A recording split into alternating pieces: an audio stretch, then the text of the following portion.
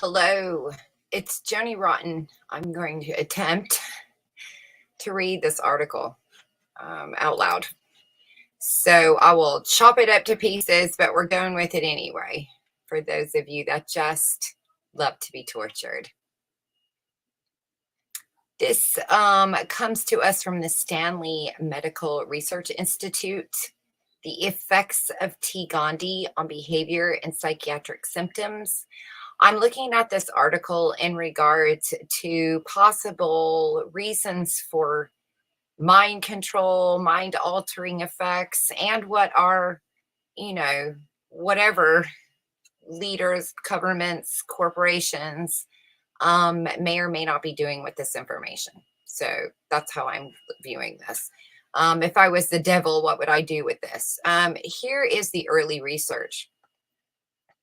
Beginning in the late 1970s, a few people in Bonn began investigations to ascertain possible effects of latent T. gondii on mice and rats. An impetus for this research appears to have been the reported behavioral effects of other parasitic infections and the known association of congenital T. gondii with mental retardation. They reported that T. gondii causes impaired learning in mice and rats and impaired memory in mice. Based on these findings, Hutchinson and Glasgow studied T. gondii infected mice and reported that compared to uninfected controls, the infected mice had impaired motor performance and increased activity, especially in exploring novel environments. Holy Man summarized this in his research. Much subsequent work has been carried out in the rodents. So here is behavioral manipulation by T. gondii in animals. The manipulation hypothesis states that a parasite may alter the behavior of its host in order to improve its transmission rate. They provide wonderful illustrations for this phenomenon. Joanne Webster and her colleagues, initially at Oxford, and now at Imperial College of London, noted. I don't know, this always bugs me and things. I get it and I don't get it. I get we want to tell where we're from so everybody knows we're smart. And then at the same time, I think a smart person, I don't know how this would come off better, but in my mind, I always think, why do you got to give me? It's when I did stand up and you'd be an MC, you need to introduce the next comedian. That's what it feels like every time you're watching something. He's a master in this, and he has a this and this, and he taught it here, and he taught 5 minutes, the whole freaking sentence. Why do we have to say initially at Oxford and now at Imperial? Why can't we just say Joanne Webster and her colleagues from Imperial College of London? Why? Anyway, forget it. I'm sorry. That's just a pet peeve of mine. Let me keep going. Beginning in 1994, they published a series of studies demonstrating that rats infected with T. gondii were more active and less neophobic of cat urine than control rats. Both changes would make it more likely that the rat would be eaten by the cat, thus completing the life cycle of T. gondii and being an example of the manipulation hypothesis. And these studies were summarized by Dr. Webster and Glenn McCockney, have also speculated about specific mechanisms that may explain the parasite manipulation. Giving the findings, at this point, they were at Stanford.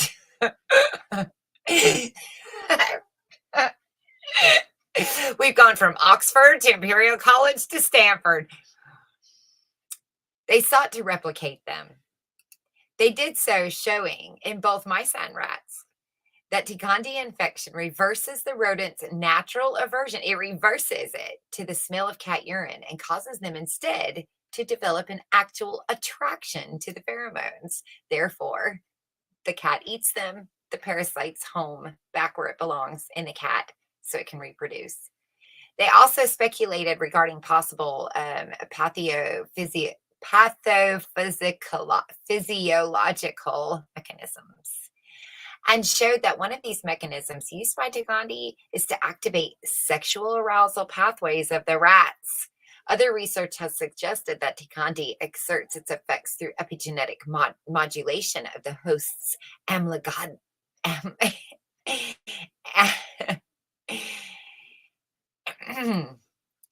I'm just going to try it again. I still can't remember it from when I just looked it up from the last time. Amygdala. Amygdala. Amygdala. I think that's the right one.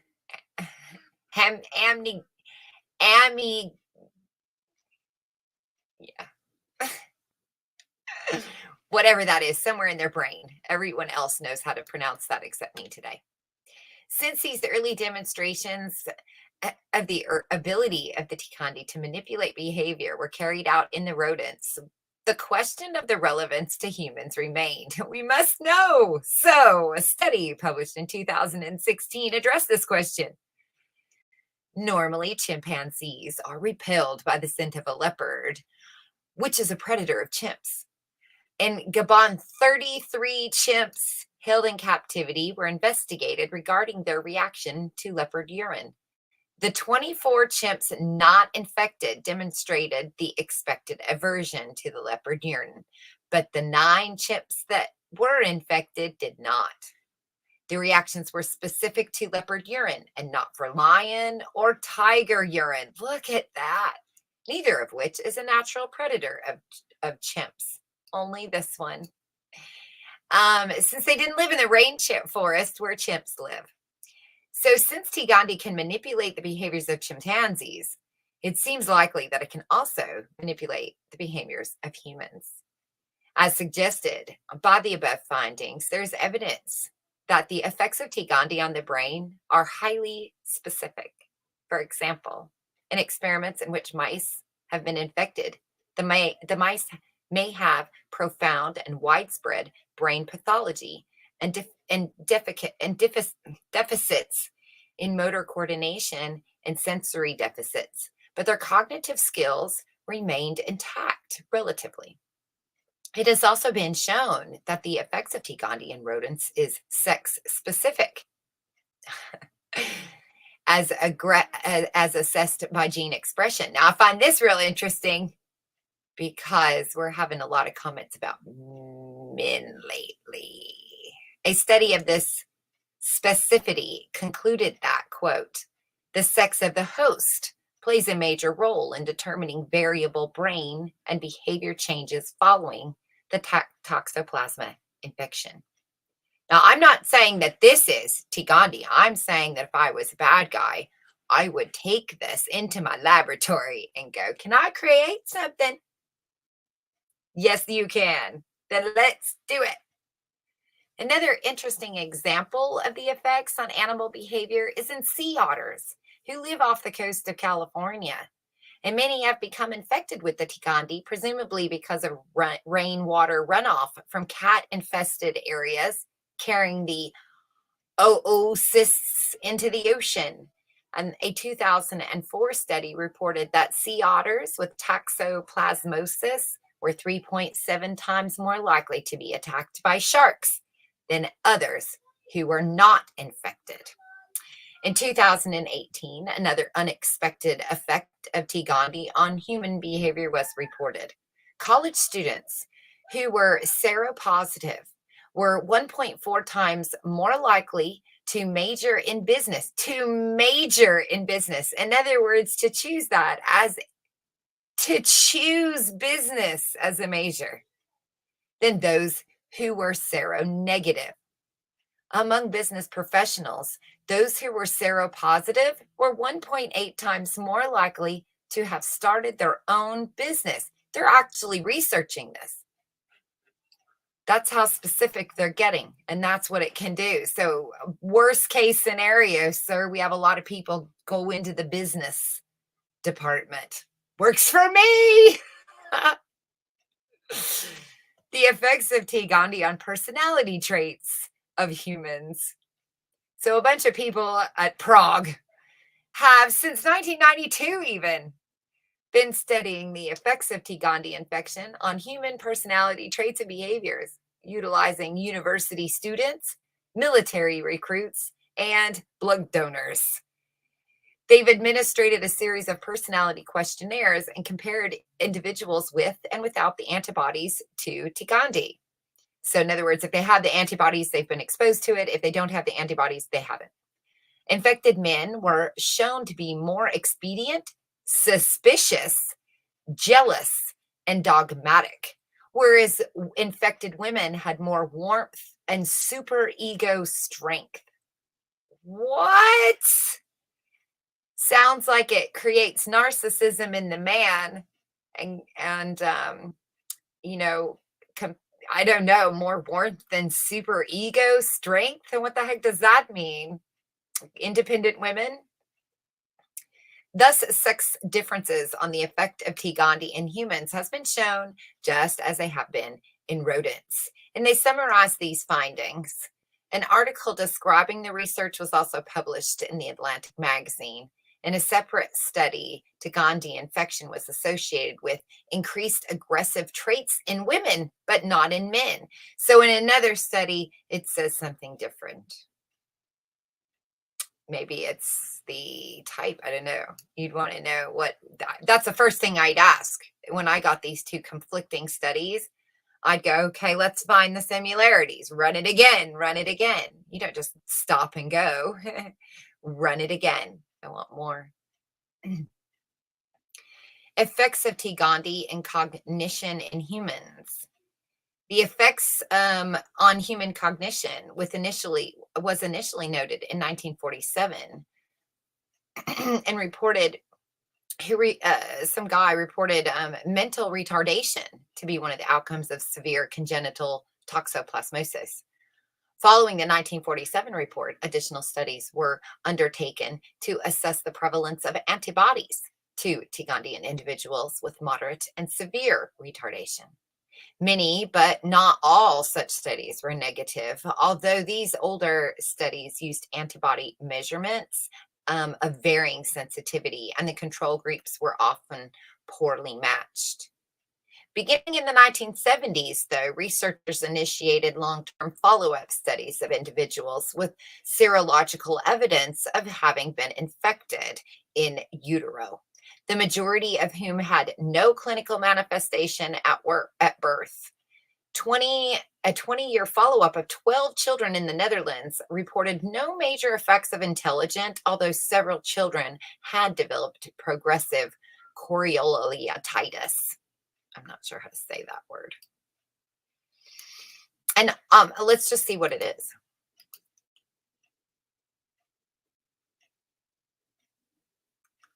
It's the inflammation of the, oh my, what does that say?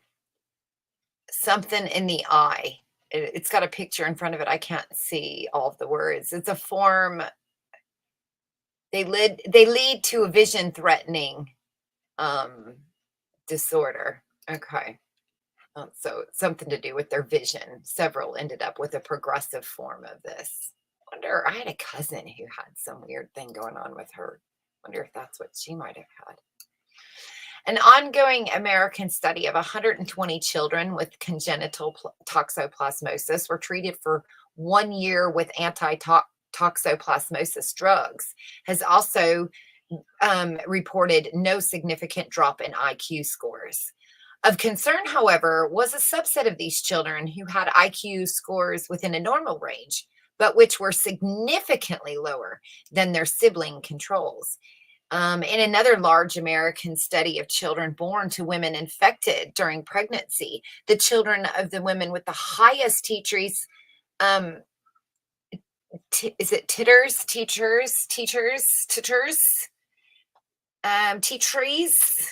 had delayed mental development in their first year and an increased risk of having an IQ less than 70 at 7 years old. In summary, regarding the effects of toxoplasmosis on IQ, The statement by Remington appears to still be applicable, which says the total contribution of congenital toxoplasmosis, including the less severe and clinically unapparent forms at birth, to mental retardation is uncertain. We need more research. In addition to congenital infections with T. gondii, postnatal infections may also affect human cognition and behavior. Two studies were carried out on school children. In Brazil, 100 children ages 6 to 13 were tested for T. gondii antibodies, and the results compared to the test resulted to their test results for reading, writing, and mathematics. Toxopositive children had a higher proportion of poor results on the mathematics subtest, but not on the other tests. In Florida, 1,755 school children were tested for T. gondii antibodies and given a series of cognitive tests. Seropositivity was associated with lower reading scores and memory capacity.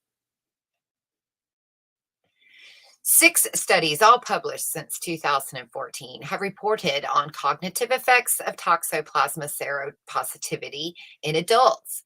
The study of 352 adults with a mean age of 32.2 years being used as healthy controls in a psychiatric study reported an association between toxic IgM, but not IgG.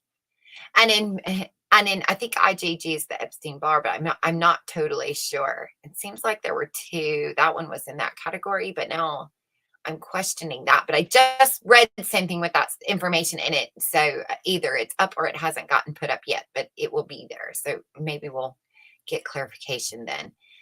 And impaired immediate memory, language, visuospatial construction. Another study of 180 adults with a mean age of 40.1, also being used as healthy controls in a psychiatric study, reported an effect of on working memory. 4 studies of older adults have all reported associations between toxo-IgG positive and cognitive problems.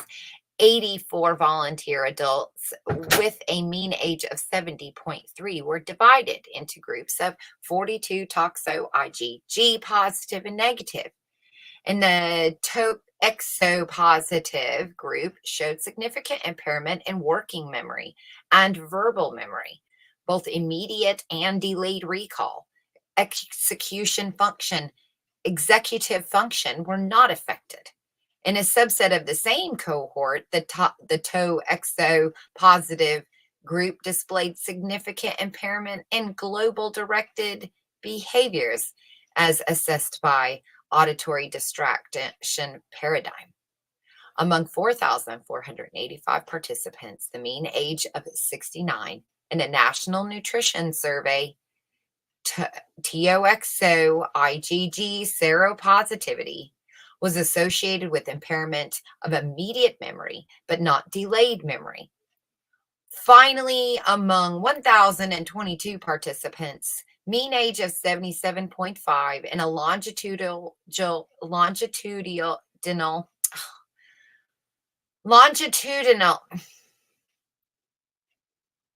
I think that's right, longitudinal random population sample.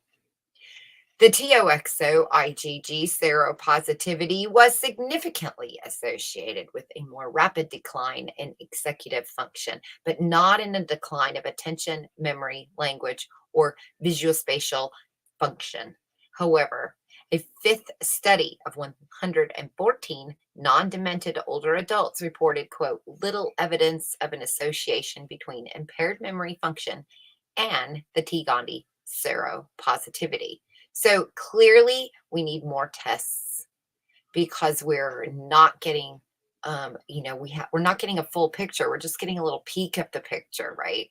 All very interesting, because if I was reading these things, my goodness, more, I want more tests. I want to know how I could use this. So here's interesting, the effects of T. gondii on reaction time and vehicular accidents. In 1979, Hutchinson and ago reported that infection with T. gondii impaired the motor performance of mice.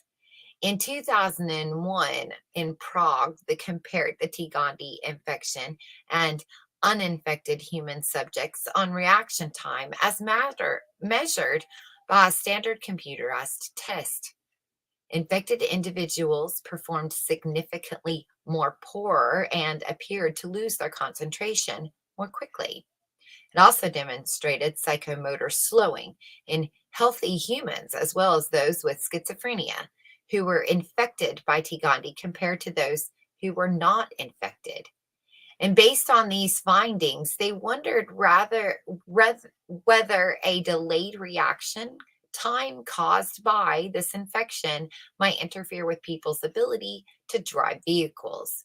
He therefore compared the sera of 146 individuals deemed to have been responsible for causing a motor vehicle accident with 446 controls. Those individuals who had antibodies compared to those without antibodies had more than twice the risk of having caused the motor accident. Since that time, there has been 9 attempts to replicate these findings as summarized on the table. 4 of the studies reported a statistically significant increase in seropositivity among drivers involved in vehicular accidents compared to controls. And 2 other studies did not find a significant increase, but did find a significant increase in T. gondii mean trees in the accident group. And these studies were negative. 3 studies were negative. In view of this association between traffic accidents and T. gondii, researchers in Mexico assessed the antibody status of 133 individuals involved in a work-related industrial accident for 266 control. Although there was no association except among workers who had low socioeconomic status. And of course, we've been reading a lot about how that socioeconomic status really makes a difference in who's infected. And so here is the little chart there. You can see the cases. So they had 146 drivers who caused the accident or pedestrians hit by vehicles, all injured. And here's the results. And so they have published these. But if anything, look at all of the places they're running these tests. If they haven't found it yet, they're going to. No doubt about it. Psychiatric manifestations. It's clearly established that congenital infections, especially early in pregnancy, can produce intracranial calcifications, mental retardation, deafness, seizures, and retinal damage. This is also the same thing with CMV, Epstein-Barr. You're going to get all of these same types of birth defects or issues. Less clearly established are the long-term effects of congenital infection that occur later in pregnancy and that are often latent at birth. 2 research groups have reported late effects, especially a lower IQ following latent congenital infections. However, long-term follow-up of similar cohort in Europe reported no loss of IQ or other significance. So again, just keep testing. No study has reported psychosis or other symptoms of schizophrenia in children infected with congenital latent toxoplasmosis.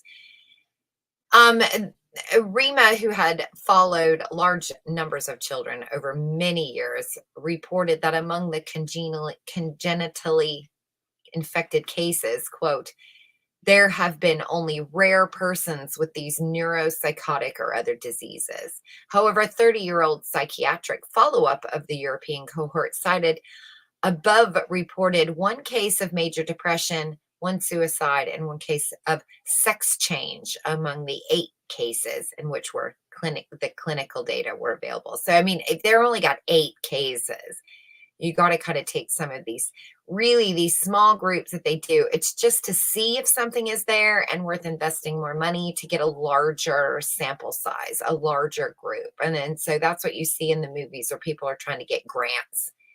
They're running up trying to get some professor to sign some paper so they can send it in, try to get on the grant reward review and get some grants so they can run some of these experiments. Psychiatric manifestations of adults. Humans may become infected at any time in life.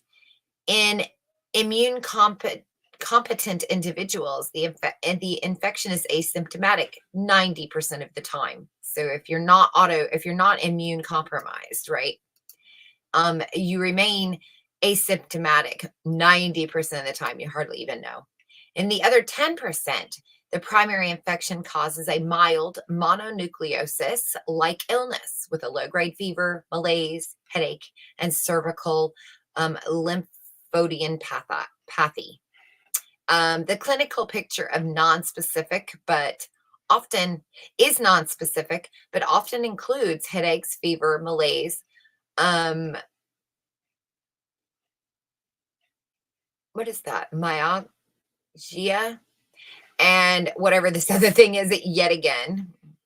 In recent years, most clinical cases have been described in patients with AIDS, thus making it difficult to ascertain which clinical symptoms are due to the toxoplasmosis and which are due to AIDS. However, in 1966, prior to the AIDS epidemic, 2 publications summarized the neurological and psychiatric symptoms found in the infected adults.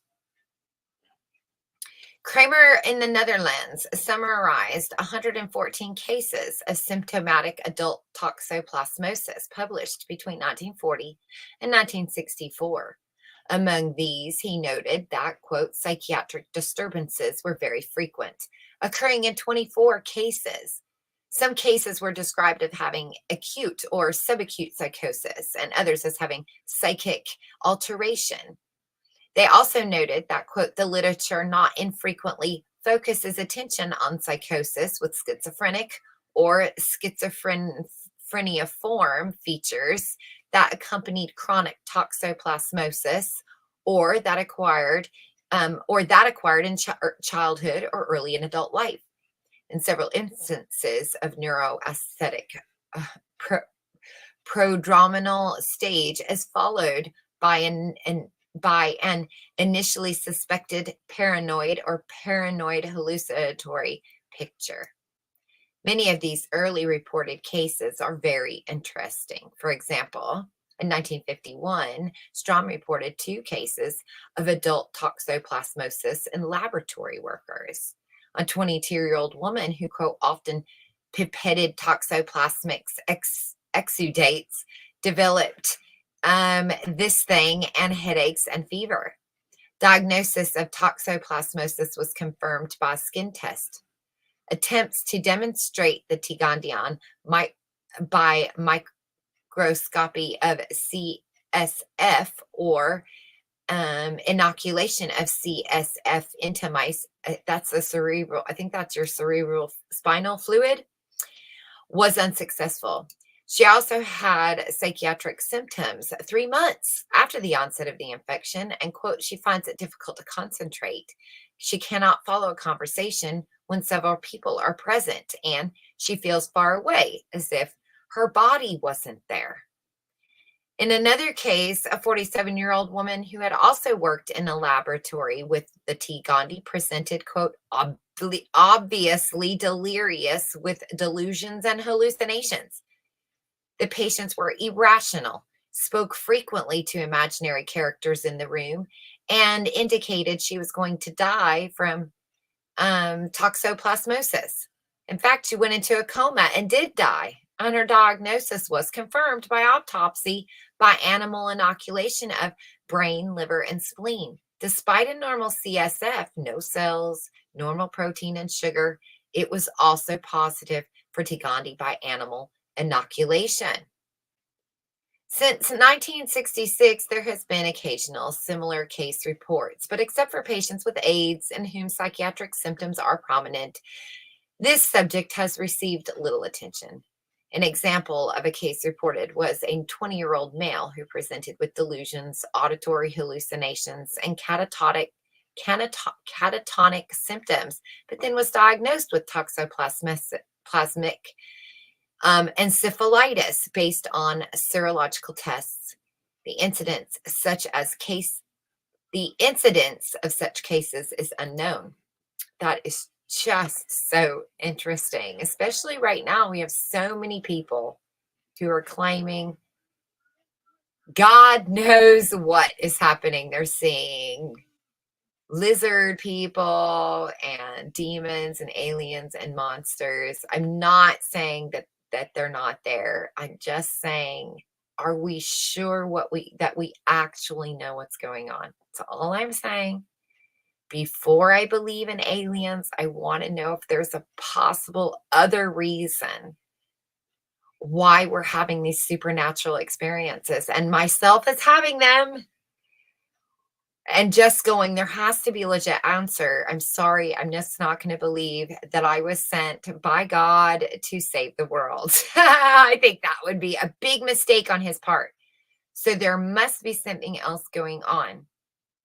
And yet I keep seeing so many. And that's just one of the multitude of things that people are experiencing at the moment. And could it be related to some of these viruses that we're all being exposed to?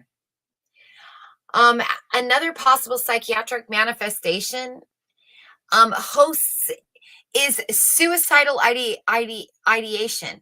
And I think that this is another interesting thing because I have numerous tabs under the Epstein-Barr virus that talk about suicidal tendencies from an positive Epstein-Barr virus positive people. And I'm looking into that to see if there's any, because I know we had a huge uptick in suicides and suicidal thinking during COVID and when that was going around.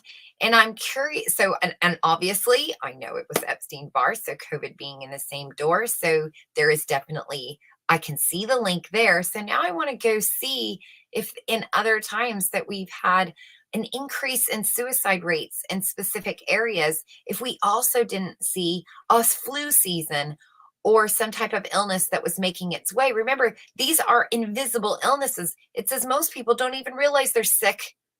You might get a flu-like symptoms, or you might feel like you have a cold and you get over it and it's no big deal. Your body won for that round.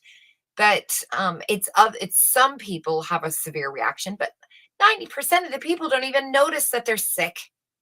And yet it can cause these thoughts of suicide and self-harm when it is active.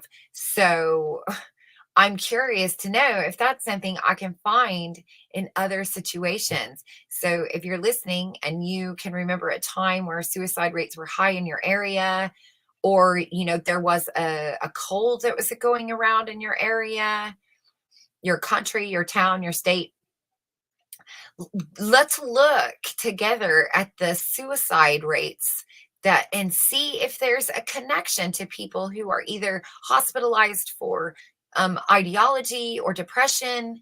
Was the reports of depression high during this little flu season?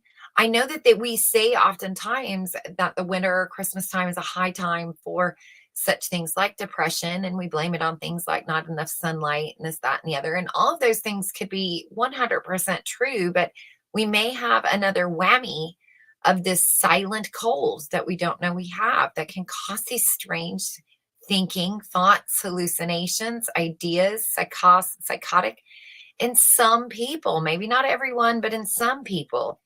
I don't need it in everyone. I only need it in some, right? I have to perfect it first. I think you get the idea. I'm gonna leave this here. I think the link is in the description, and it's pretty much over. I suppose I could go ahead and finish reading it, but yeah, I'll just finish reading it. Screw it. I thought it was much longer than that. But another possible psychiatric, oh, we just read that, right? In one study in the United States, I probably should read it, right? This is what I was just talking about, you nummy. One study in the United States assessed antibodies in 99 individuals who had made a suicide attempt. 119 individuals with a recurrent mood disorder, but no history of suicide attempts, and in 39 uninfected controls. There's no significance between the seropositivity, but those who had attempted suicide had higher antibody titries. A recent study of 156 suicide attempters and 127 controls in Mexico reported similar results. This was no statistical difference in there was no statistical difference in seropositivity, but the titers of the Tigandi antibody was significantly higher in the suicide attempters. Significantly, it says. The association between suicide attempts and the higher antibodies was replicated in a study in Turkey. So they got to do it again in Turkey. I'm starting to see a pattern here. A third study reported an association between suicide attempts and the seropositivity in patients with schizophrenia. But the association was only significant in younger patients. And remember, we need to keep this in mind when we are seeing things about people losing their mind and becoming schizophrenic. Note, schizophrenia in adults is rare. Schizophrenia rears its head in children, not adults. It doesn't tend to go in adults. So that shooter in Maine and who knows what else is going on in the world, we're going to start seeing more of this stuff on the news. And when we do, and they try to paint it off like this person develops psychiatric disorders when he didn't have them before, and he's an adult grown man in his 40s even, the odds of that happening are very low. It tends to show up in your young adult and teen years and not in your 40s, although it can. But I mean, come on, let's be real what we're looking at here. So it makes me think there's something else going on. And here's a good idea. These viruses in the brain. And if we take everything we know about what DARPA is doing in regards to our mind control and so forth and so on, or just the ideas of what they want to do in the future, and you mix these things together, and I can see a really dangerous mix. A mess we're going to face. In 2002, especially when Gates keeps saying, a pandemic will be what caused,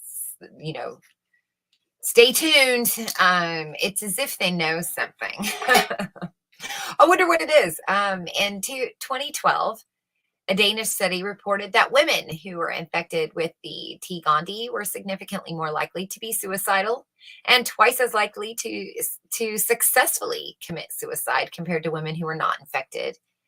And in Sweden, a study of 54 adult suicide attempters reported increased seropositivity of the Tigandi as well compared to the controls. Finally, a study of national suicide rates in 17 European nations reported a significant association between the prevalence of Tigandi and the suicide rate. So clearly there's something going on. Several other studies are of interest regarding the effect on behaviors and psychiatric symptoms. This guy divided individuals with schizophrenia into two antibodies to Tigandi and those without such antibodies, and then retrospectively assessed their clinical histories. The patients with antibodies were found to have an earlier onset of illness for men, but not women, to have more severe symptoms, and to have been hospitalized for longer. Seropositive patients with schizophrenia have also been reported to have more negative symptoms and a continuous course, and to be treatment resistant. Another study of interest was the effect of seropositivity in Tigandi on the mortality rate of individuals with schizophrenia. In an early study, they reported that antibodies for Tigandi were associated with an increased mortality. I'm sorry, did I say morality? It's mortality, my bad. Totally different thing there. However, a later study reported that this relationship was no longer statistically significant when it corrected for age and gender.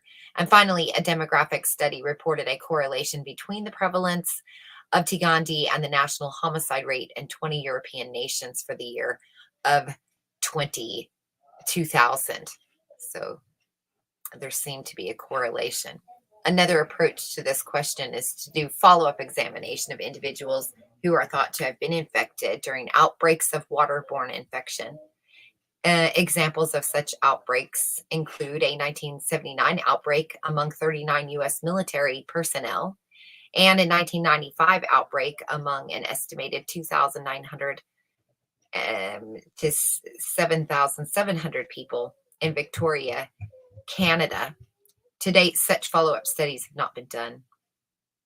The effects of the different strands, although at least 15 distinct strands are known, most oscillates in, is that right? Oscillates, yeah. In Europe and North America belong to one of three strands, 1, 2, or 3. Despite having more than 98% genetic identity, the effects of the three strands are quite different in rodents and are assumed to be so in humans as well.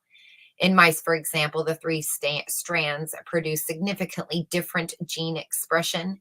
Studies of the three strands on gene expression in human neuroepithelial cells also show markedly different effects on gene expression, with type 1 exhibiting the highest levels of gene expression. Rodent studies have also shown that immunity is strain specific. Thus, a person infected with one strain can become reinfected by a different strain. We heard that through COVID-19. It has also been shown that different strands produce different different effects on mice behavior. Jesus. The different strands make different effects on mice behavior. Similarly, it is known that type 1 is much more lethal in mice than, say, type 2 or type 3, but it is not known whether or not this also applies to human infections. Why would you not figure that out? You'd be doing tests like crazy. Just because they say they don't know it doesn't mean currently they don't know it. It's in the process of knowing, is what it should say. A study from our laboratory suggests that type 1 compared to type 2 or 3 is more likely to produce psychotic symptoms, especially for affective psychosis. Another study from our laboratory showed that the different strands had very different effects on neurotransmitters. In a related study in human congenital infections, different strands were found to produce differences in the incidence of premature births and eye disease. The question remains whether or not strands of Tigandi are responsible for different disease manifestations in humans. 2 reviews of studies on this question both concluded that in humans, different strands do indeed exhibit different virulence and cause different manifestations. For another review of this issue, see Rico Torres. So there's all of the, stuff. That's very interesting. I mean, I wonder if you read what I read. So, leave your comments and we'll talk about it.